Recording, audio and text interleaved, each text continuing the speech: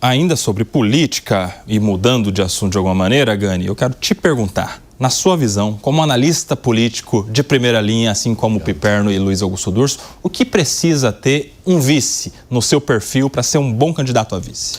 Olha, eu vejo que o vice, ele deve ter características diferentes e complementares a do candidato à presidência da República, porque isso, acaba contrabalançando. E também, no caso, vamos pegar o exemplo do presidente Lula. Qual era o receio em 2002 do mercado em relação ao presidente Lula? Que ele seria um presidente muito radical, etc. e tal. Qual foi a estratégia acertada do PT? Colocar de vice o Zé de Alencar, que tinha um bom trânsito com os empresários, etc. Olha, caso o Lula fizesse lá atrás barbeiragem na economia e sofresse um impeachment, quem estava no banco de reserva? Alguém que o mercado gostaria. Então eu vejo que tem que ter essa característica complementar. Muito interessante aí a opinião do Alan Gani. Por que eu perguntei para ele isso? Uma pesquisa inédita revela o que o brasileiro espera do próximo vice-presidente da República. De acordo com a análise do Instituto Paraná Pesquisas, o eleitor quer uma mulher ou um representante do agronegócio. A importância da representatividade feminina ganha força no debate sucessório. De acordo com a pesquisa, quase 25%, um quarto dos eleitores, consideram fundamental que o próximo vice-presidente seja, na verdade, uma vice-presidente, uma próxima vice-presidente, uma mulher. O desejo por uma visão feminina na administração federal supera, por uma margem estreita, a preferência por um perfil técnico vindo do agronegócio ou do setor produtivo, que soma 22,3% das intenções. A busca pelo vice ideal também passa por recortes regionais e ideológicos. Segundo a pesquisa, 13,2% dos eleitores preferem um político nordestino experiente. Outros 12,2% querem alguém da estrita confiança da família Bolsonaro. A sondagem foi realizada entre os dias 18 e 22 de dezembro, com 2.038 eleitores pelo Instituto Paraná Pesquisas. Fábio Piperno, o que te chama a atenção nessa pesquisa de preferência pelo perfil de um vice-presidente da República? Que parece uma pesquisa que tenta traçar qual seria o vice ideal para uma chapa bolsonarista. Ou seja, todos, assim, faltou uma mulher até hoje. Valdemar da Costa Neto, por exemplo, defendia a senadora Tereza Cristina. Alguém do agronegócio, que é um setor muito ligado, muito identificado com o bolsonarismo, ou alguém do Nordeste, uma região em que o presidente Bolsonaro tem fragilidades eleitorais, ou então alguém da sua estrita confiança. Ou seja, só não pode ser um novo Braga Neto. Porque isso aí, ele é soma zero. E você, hein, Alan Gani? Talvez isso daí abra a possibilidade, mas agora já está tardia, da candidatura da Michelle. Até, se eu não me engano, o Valdemar Costa Neto, no passado, viu o nome dela com bons olhos. Agora, também mostra, talvez uma preferência, da sociedade, aí do eleitor feminino, do eleitorado feminino, de que a mulher precisaria ter uma maior representação na política, Vamos lembrar que não há nenhum impeditivo legal para que a mulher participe da política, Mas, geralmente, as mulheres não são atraídas, na sua maioria, pela carreira política e também, na hora do voto, muitos acabam não votando em mulheres. Mas muitos entendem que elas deveriam aí ocupar mais espaço em cargos executivos, legislativos e até mesmo no judiciário. Mas olha só, isso aí também fala sobre qual é o perfil que se espera de vice-presidente na chapa do outro lado também. Isso aí confronta, por exemplo, o perfil do Geraldo Alckmin, que não é nem mulher e nem do agronegócio, por exemplo, Segundo ali os dois perfis mais adiante na pesquisa, um com 25%, outro com 22%. Aí, Luiz Augusto Durso, ficou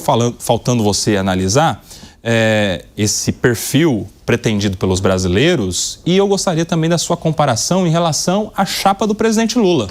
Quem é dos próximos do presidente da República que teria esse perfil? Qual seria uma mulher, por exemplo, na esquerda ou na centro-esquerda, que poderia ocupar a vaga de vice na chapa do presidente? E será que isso é possível diante de uma concorrência com Haddad, Alckmin e tantos outros mais próximos? Olha, Koba, em primeiro lugar, parabenizar o Paraná Pesquisas, porque esse tipo de pesquisa fomenta o debate que é pouco explorado e é pouco interessante, lamentavelmente, para a população brasileira, que é a figura do vice.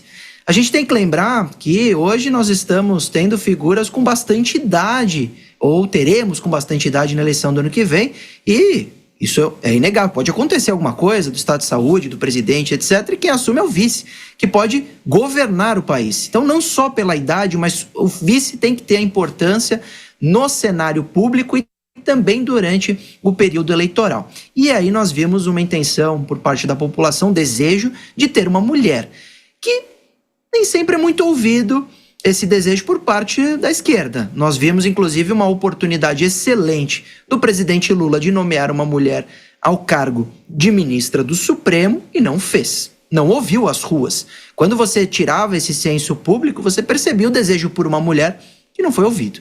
No caso da campanha, não me parece ter um nome forte hoje, viável a colocar, mas a esquerda tem alguns nomes como Gleice e a Tabata, né, que tem todo esse vínculo com o presidente Lula, que são nomes que estão crescendo na política como grandes mulheres e poderiam ter uma vaguinha, não no ano que vem, mas em futuras campanhas. Porque Lula não fez uma sucessora e não fez uma grande vice para colocar ou para emplacar diante desse desejo. Assim como a direita também peca em relação a construir nomes fortes de mulheres. Nós tínhamos à disposição um nome muito ventilado na direita, que foi a Michele Bolsonaro, mas diante do anúncio de Jair Bolsonaro pelo seu filho Flávio Bolsonaro, esse nome foi afastado da possibilidade da campanha presidenciável e é muito improvável, eu diria praticamente impossível, ter o filho presidenciável e a esposa como vice. Então não é um cenário que nós provavelmente teremos. Isso resulta em, mais uma vez,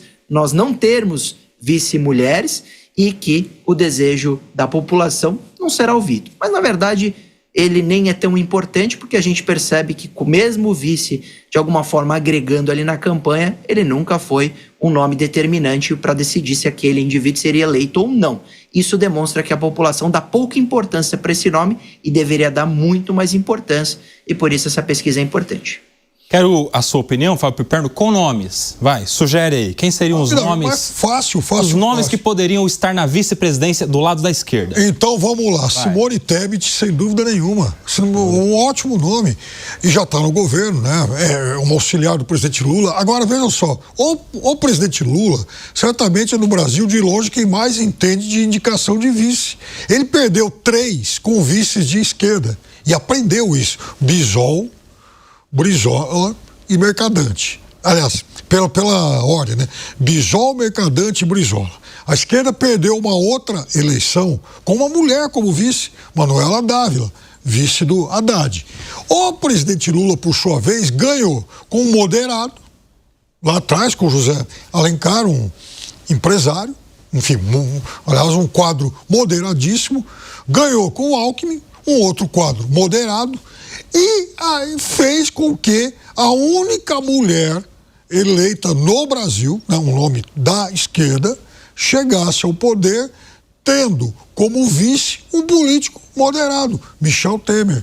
Em todos os casos de vitória, foram vices que somaram, em todas as derrotas, vices que praticamente espelharam o candidato principal. Isso testemunha a favor da tese aqui do Alan Gani, que precisa ser diferente e complementar, sim, né, Gani? Eu quero saber a sua opinião também sobre nomes. Quem poderiam ser os nomes, não só na esquerda, mas na direita também. Lembrando que, em 2018, na eleição em que venceu o ex-presidente Jair Bolsonaro, era para ter tido uma vice-mulher. Ele queria e fez o convite para Janaína Pascoal, vocês se lembram disso? E ela é quem recusou, falou não, porque eu tenho minhas coisas particulares aqui, eu não vou ficar viajando para Brasília, e foi eleita na ocasião com votação recorde deputada estadual em São Paulo.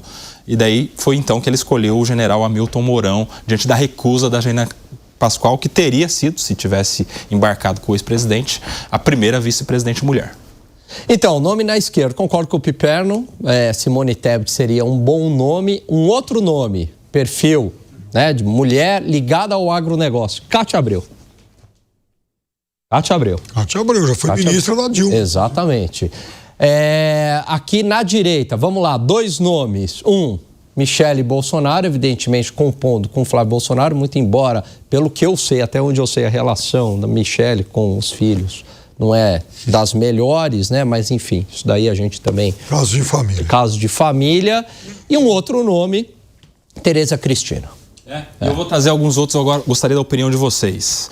Aí mais ligados aos moderados, já que o Piperno trouxe que está na receita do Lula, pelo menos, de que o vice seja alguém moderado, ou seja, mais ligado ao centro. Nós teríamos Renata Abreu, do Podemos, que é um partido que tem crescido aí nos últimos anos, nas últimas eleições. Talvez, se eu não me engano, a única, né, presidente de partido mulher, que é do Podemos. E nós temos também, no cardápio lá do PSD do Gilberto Kassab, uma governadora de estado, a Raquel Lira, que é governadora do estado de Pernambuco, que atende a outro perfil que é ali bem pontuado na pesquisa, que é alguém vindo do Nordeste, principalmente se o candidato cabeça da chapa vier do Sudeste, por exemplo. E aí, Piperninho, como você avalia? Rapidinho, jogo rápido aqui pra gente seguir. Não, eu acho que inclusive a governadora Raquel Lira é sim um bom nome, embora não seja lá uma campeã de popularidade em seu estado, né? Mas é um nome importante. E você, Johnny? Consigo o voto do apresentador e relator. E Durso, fecha, vai.